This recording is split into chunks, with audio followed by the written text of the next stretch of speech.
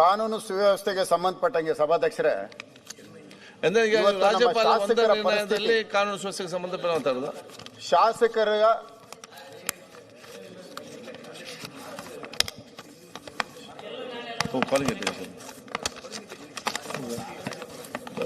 ನಿಮಿಷ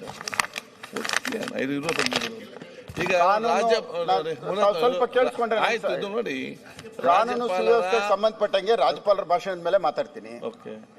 ಇಲ್ಲಿ ಆಗ್ತಾ ಇರೋಂಥದ್ದು ಇವತ್ತು ಶಾಸಕರಿಗೆ ಯಾವ ರೀತಿ ನಡ್ಸ್ಕೊಳ್ತಾ ಇದ್ದಾರೆ ಅನ್ನೋದಕ್ಕೆ ಕೆಲವು ಉದಾಹರಣೆಗಳು ಕೊಡ್ತೇನೆ. ಮೊನ್ನೆ ಒಂದು ಫ್ಲೆಕ್ಸ್ ಗಲಾಟೆಯಲ್ಲಿ ಒಂದು ಸಾವಾಯ್ತು ಬಳ್ಳಾರಿನಲ್ಲಿ. ಆ ಫ್ಲೆಕ್ಸ್ ಅನ್ನೋದ್ರನ್ನ ಇವತ್ತು ಈ ಫ್ಲೆಕ್ಸ್ಗಳಿಂದ ಏನೇನ್ ಆಗ್ತಾ ಇದೆ ಆಯ್ತು ಹೇಳಿದ್ರಲ್ಲ, ಮತ್ತೆ ಯಾಕೆ ಈಗ ನಾನು ಏನ್ ಮಾತಾಡ್ಲಿ? ನೀವೇನ್ ನಾನು ಏನ್ ಮಾತಾಡ್ಲಿ? ಅಲ್ಲ ಸರ್, ಒಂದ್ ನಿಮಿಷ ಸಭಾಧ್ಯಕ್ಷ. ಅಶೋಕ್ ಅಣ್ಣನು ಹೇಳಿದ್ರು, ಅದನ್ನೇ ಹೇಳ್ತಾ ಇರೋದು. ಅದನ್ನೇ ನೀವು ಮತ್ತೆ ಅಲ್ಲಪ್ಪ, ನಾನು ಹೇಳ್ತಾ ಇರೋದು ಅದೇನೆ. ಒಂದು ಫ್ಲೆಕ್ಸ್ಗಳಿಂದ ಇವತ್ತು ಯಾಕೆ ಹೋಯ್ತೀರಾ? ಮೊನ್ನೆ ಕೋಲಾರಲ್ಲಿ ಒಂದು ಫ್ಲೆಕ್ಸ್ ಕಿತ್ತಾಕಿದಕ್ಕೆ ಒಂದು ಡಿಸಿನ ಬೈದಿರೋದು ಪ್ರಕರಣಗಳು ನಾನು ಹೇಳ್ತಾ ಇದ್ದೇನೆ. ಅದೇ ರೀತಿ ಇಲ್ಲೂ ಒಂದು ಫ್ಲೆಕ್ಸ್ ಗಲಾಟೆಗಳು ನಮ್ಮ ಕ್ಷೇತ್ರದಲ್ಲೂ ಇದೇ ಆಗ್ತಾ ಇದೆ. ಫ್ಲೆಕ್ಸ್ ಗಲಾಟೆಗಳಿಗೋಸ್ಕರ ಇವತ್ತು ನಮ್ಮದು ಇದಕ್ಕಿಂತ ಬಹಳ ವರ್ಷಾಗಿ ತಯಾರಾಗ್ತಾ ಇದೆ.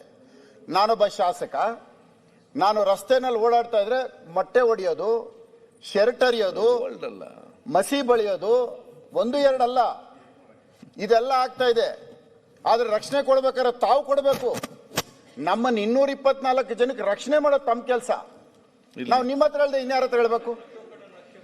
ಇದೆಲ್ಲ ಆಗ್ತಾ ಇದೆ. ದಯವಿಟ್ಟು ಈ ಫ್ಲೆಕ್ಸ್ಗಳಿಂದ ಆಗಬಾರ್ದು ಅನಾಹುತಗಳಾಗ್ತೈತೆ. ಹಂಗಾಗಿ ಫಸ್ಟ್ ಇದನ್ನ ಬ್ಯಾನ್ ಮಾಡಿಸಿ, ಫ್ಲೆಕ್ಸ್ನ. ಗಲಾಟೆಗಳು ತಪ್ಪತ್ತೆ, ಡಿಸಿಗಳು ಬೈಯೋದು ತಪ್ಪತ್ತೆ, ಮರ್ಡರ್ಗಳು ತಪ್ಪತ್ತೆ. ನಾನು ಯಾರ ಬಗ್ಗೆನೂ ಹೇಳ್ತಾ ಇಲ್ಲ, ಅನಾಹುತಗಳನ್ನ ತಪ್ಪಿಸೋಂಥದ್ದು. ನೋಡಿ, ಇವತ್ತು ಉದಾಹರಣೆಗೆ ನಮ್ಮ ಕ್ಷೇತ್ರದಲ್ಲಿ 138 ಬಾರ್ಗಳಾಗಿದೆ. ಬಾರ್ಗಳು CL7 ಅಂತ ಒಂದಾಗತ್ತೆ. ಅದನ್ನ ಅಕ್ಕಪಕ್ಕದಲ್ಲಿ ಪಬ್ಲಿಕ್ ಹೋಗಿದೆ, ಮುಚ್ಚೋಕ್ ಹೋಗ್ತಾರೆ. ಮುಚ್ಚೋಕ್ ಹೋದ್ರೆ ಹೆಣ್ಣು ಮಕ್ಕಳು, ಇಲ್ಲೆಲ್ಲ ನಮ್ಮ ಯಜಮಾನರು ವಯಸ್ಸು ಮಕ್ಕಳು ಸ್ಟೂಡೆಂಟ್ಗಳಿದ್ದಾರೆ ಅಂದ್ರೆ ಅವ್ರ ಮೇಲೆ FIR ಆಗ್ತಾರೆ. ಬಾರ್ ಮುಚ್ಚಿ ಅಂದಿದ್ದಕ್ಕೆ FIR, ಬರೀ ಹೆಣ್ಣು ಮಕ್ಕಳ ಮೇಲೆ.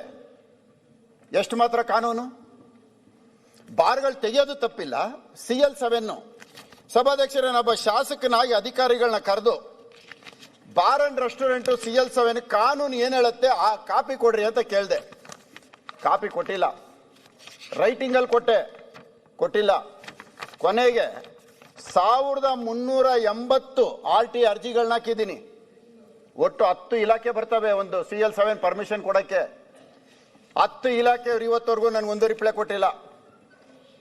RTI ನಲ್ಲಿ ಕೊಡ್ತಾ ಇಲ್ಲ. ಲೆಕ್ಕ ಹಾಕೊಳ್ಳಿ.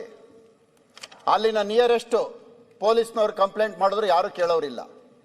12 ಗಂಟೆವರೆಗೂ ತೆಗೆದ್ರು ಕೇಳೋರಿಲ್ಲ. ಎಲ್ಲಿದೆ ಸಭಾಧ್ಯಕ್ಷರೇ? ಎಲ್ಲಿಗೆ ಹೋಗ್ತಾ ಇದೆ? ಬೆಂಗಳೂರು ನಗರ ಎಲ್ಲಿಗೆ ಹೋಗಿ ನಿಲ್ತಾ ಇದೆ? ಒಂದು ಕ್ಷೇತ್ರದಲ್ಲಿ, ಒಂದು ರಾಜರಾಜೇಶ್ವರಿ ವಿಧಾನಸಭಾ ಕ್ಷೇತ್ರದಲ್ಲಿ 138 ಬಾರ್ಗಳು. ಒಂದೇ ಕ್ಷೇತ್ರ ನಾನು ಹೇಳ್ತಾ ಇರೋದು. ತಗೊಳ್ಳಿ, ಹೇಳ್ತೀನಿ. 10 ಇಲಾಖೆ ತಮಗೆ ಗೊತ್ತಿರಬೇಕು ಎಷ್ಟು ಇಲಾಖೆ ಒಂದು ಬಾರ್ ರೆಸ್ಟೋರೆಂಟ್ ಕೊಡೋದಕ್ಕೆ ಸಂಬಂಧಪಡ್ತಾರೆ ಅನ್ನೋದಕ್ಕೆ.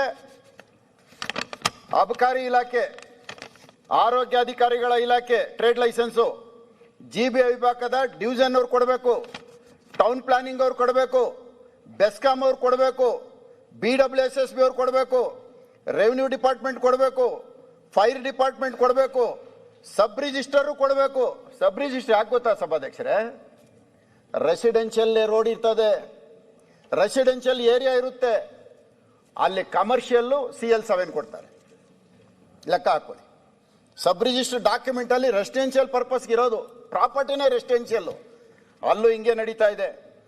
ತಹಸೀಲ್ದಾರ್ ಅವರು ಈ ಬಾರ್ ಅಂಡ್ ರೆಸ್ಟೋರೆಂಟ್ ಕೊಡಬೇಕು ಅಂದ್ರೆ ತಹಸೀಲ್ದಾರ್ ಇನ್ಸ್ಪೆಕ್ಷನ್ ಮಾಡಬೇಕು, ಮಾಡಿಲ್ಲ.